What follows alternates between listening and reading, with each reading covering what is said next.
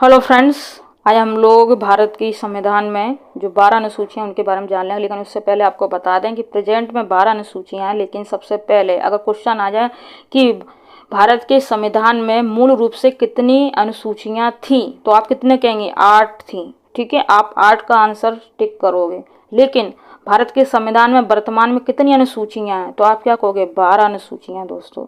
ठीक है, फिर आपसे कहेंगे 8वीं अनुसूची के बाद कौन सी अनुसूची जोड़ी गई, तो 9वीं अनुसूची जोड़ी गई। और ये सब हम आपको बता देंगे। 8वीं के बाद 9वीं आती है और एक एक करके बता देंगे। आप जो 9वीं अनुसूची, इसको ध्यानपूर्वक पढ़ना, अभी बता रहे हैं उसमें। चलिए स्टार्ट करते हैं। पहली अनुसूची राज्य और केंद्र प्रशासित प्रदेशों के बारे में बताती है।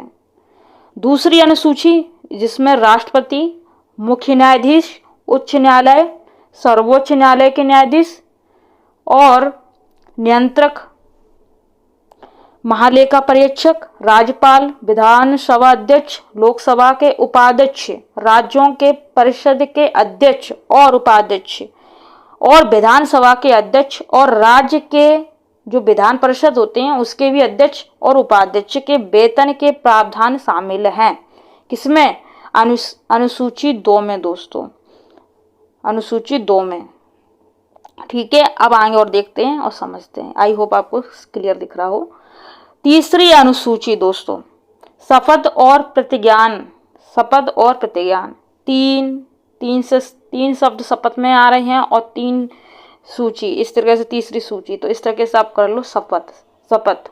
जब हम लोग कोई भी पद धारण करते हैं बड़ा, तो वहां पर शपथ लिखती है। तो तीसरी अनुसूची से शपथ, इस तरह से याद कर लो। ठीक है, चौथी अनुसूची में क्या कह रहा है? भारत के प्रत्येक राज्यों के लिए राज्यसभा में सीटें आवंटित करना।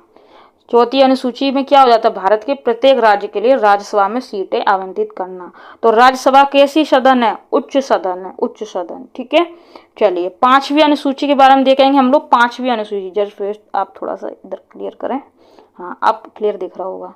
5वीं अनुसूची में अनुसूचित क्षेत्रों एवं जनजाति, जो जनजाति एसटी लोग होते हैं, SC ST बोलेंगे इसको। ठीक है, इस तरीके से याद कर लेना। अनुसूचित क्षेत्रों एवं जनजातियों का प्रशासन एवं नियंत्रण दोस्तों, प्रशासन एवं नियंत्रण। चलिए छठी अनुसूची जस्ट थोड़ा। छठी अनुसूची में क्या क्या है देखिए। असम, मेघालय, त्रिपुरा, मिजोरम, लद्दाख, ये जो जनजाति हैं इनके क्षेत्र के बारे में वर्णन किया गया। प्रावधान इन लोगों के बारे में।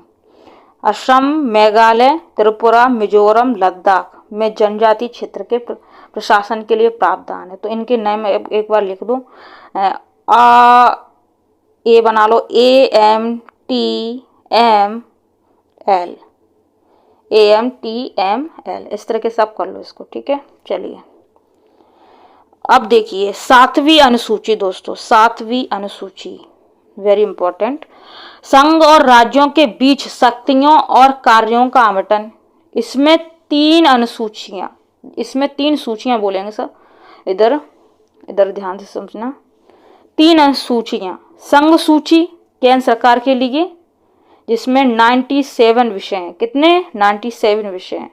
राज्यों की सूची, राज्य सरकार की शक्तियां, इसमें 66 विषय हैं। कभी कभार क्वेश्चन पूछ लेता है कि राज्य की सूची में जो विषय हैं वो कितने हैं, तो 66 हैं, 66 याद कर लेना। समवर्ती सूची, इसमें क्या होता है? संघ एवं राज्य दोनों इसमें दोनों का पार्टिसिपेट होता है। ठीक है, दोनों लोग इसमें बराबर होते हैं। अगर ज्यादा बात करें तो केंद्र सरकार की ज्यादा शक्ति होती है। ठीक है, समवर्ती सूची, इसमें 47 विषय हैं। 47 विषय हैं, 97, 66, 47 विषय। तो संघ सूची, राज्यों की सूची और समवर्ती सूची, इस तरह से याद कर लो।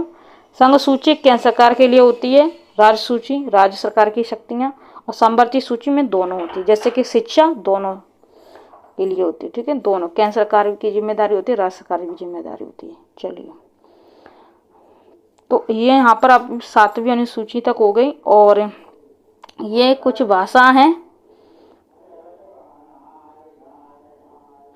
संविधान द्वारा मान्यता प्राप्त भारत की 12 भाषाएं, इनके बारे में हम लोग देख लेंगे। आप लोग स्क्रीनशॉट ले लें। ठीक है, इधर देखिए आप, जस्ट वे थोड़ा सा, ये 8वीं अनुसूची में है। अगर किसी ने पूछ लिया कि ये 8वीं अनुसूची में क्या है, या फिर आपसे पूछ लिया भारत संविधान द्वारा जो 12 अनुसूचियों में से 8वीं अनुसूची में क्या चीज़ है, तो आप क्या कहोगे? भाषाओं के बारे में बताया गया। कौन कौन सी? असमिया, हिंदी, मणिपुरी, मराठी, पंजाबी, तमिल, संताली, डोगरी, बंगाली, कन्नड़, मलयालम, नेपाली, संस्कृत, तेलुगु, बोडो, गुजराती, कश्मीरी, कोंकणी, ओरिया, सिंधी, उर्दू, मैथिली। तो पहली अनुसूची कौन सी जुड़ी? तो 9वीं अनुसूची जुड़ी। तो कौन सी जुड़ी? 9वीं अनुसूची। ये पॉइंट याद कर लेना, बहुत ज़्यादा इंपॉर्टेंट है। अनुसूची जो 9वीं है उसमें है क्या? तो ये इसमें क्या होगा? इसमें भूमि स्वामित्व, भूमि कर, रेलवे, उद्योगों से संबंधित अधिनियम और आदेश शामिल है।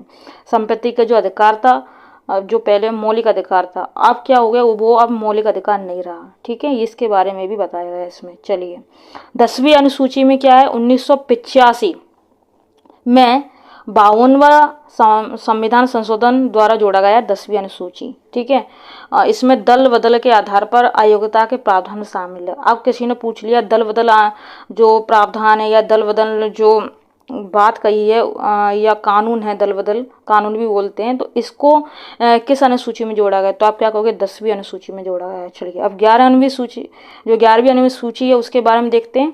तो 11वीं अनुसूची में क्या है? 1992 में 73 वे जो संविधान संशोधन है द्वारा 11वीं अनुसूची हुई। ठीक है, इसमें क्या हुआ? पंचायती राज का प्रावधान। अब पूछ लिया पंचायती राज का प्रावधान कौन से अनुसूची में? तो 11वीं अनुसूची में। कौन से संविधान संशोधन द्वारा पंचायती राज का प्रावधान जोड़ा गया? तो 73, 73, वेरी वेरी इंपॉर्टेंट। कौन सा संविधान संशोधन? 1992 का 73, पूरा याद कर लो। ठीक है, चलिए 12वीं अनुसूची के बारे में जानेंगे। 1992 में 74वां 74 वह संविधान संशोधन द्वारा इसमें क्या हुआ? नगर निगम के प्रावधान शामिल है। तो नगर निगम के जो प्रावधान शामिल है वो कौन से अनुसूची में? तो 12वीं अनुसूची में। ये ऐसे आप याद रख सकते हो।